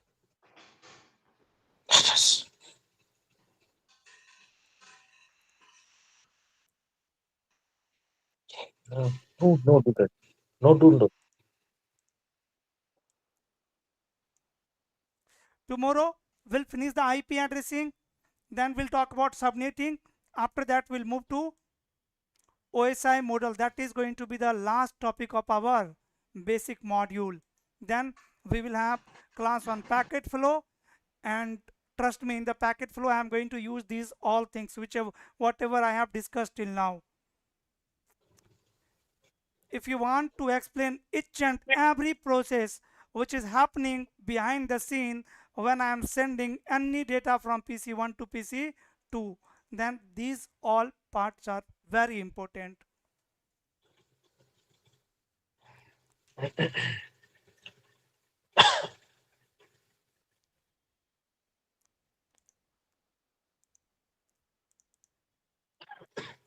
Okay, sir. Thank you. Welcome. Okay, thank you, sir. How about STP, sir? You started with STP, but we came to IP address and STP. Switching concept. I will start switching after the packet flow. Okay. Thank you. Guys, I am Sir, expecting you guys have the official book of CCNA 200301. From here, practice the IP addressing questions, MAC addressing questions. Read the basic topics which whatever we have covered till now, because book will give you the technical words. Please Right? share that. It is not shared with you guys?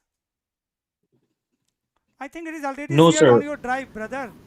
No, sir, no. No, I don't have it, and I don't know how to access the drive too. After the class, just do one thing, share your mail ID in WhatsApp group, okay? Okay. Okay. Sir, I have a question. So you told us to find out the network ID. So to find the network ID of subnet, like which is subnetted, is the same process? No, Yes. it's a different No, process. process is same. Process is same. Only Okay. difference is there we can use customized subnet mask based on our requirement. Here we are using a predefined subnet mask, the default subnet mask. Here we will be using customized subnet mask. If I need 10 IP, based on that I will calculate what should be my subnet mask. But the process of calculating network ID is always and always same. Perform AND operation on IP address and subnet mask. Okay, so thank you. Right? I think So sir, we are using FLSM and VLSM. yeah, for in the- both VLSM and FLSM we have same method of calculating network ID. So these topics will be covered in OSI model. Then you should read the book, these topics very important. But for now you can go to IPv4 addressing chapter, and there you can check, read and solve some questions. Basic Okay, sir. questions like identifying the class, subnet mask, network ID, like that. Okay. So, sir, are you going to share it Excuse me, sir. I have a question. Yeah, Drive? when you all will share the mail ID, then tomorrow morning I will be sharing, giving you the access to drive folder where all the books are attached. Yeah, You were talking when you were So talking about you need our the email, class our of email IP. Yes, I need your email. on WhatsApp Yes, in your WhatsApp group. group. Okay, I'll do it. Right? In the notes, Okay. I am going to share official book, my personal notes, and some other books. Right? So you don't need to open all the books together. Just till now what I told you, open the official book, means official book only. Later when you need to check my notes, I will ask you to open that. Okay? So don't get confused with so many folders, so many files. Just open CCNA 200301 volume 1. Okay? That's right. Yes. Okay, Thank you sir. very much. Most Good welcome. night. Thank you, Most sir. welcome.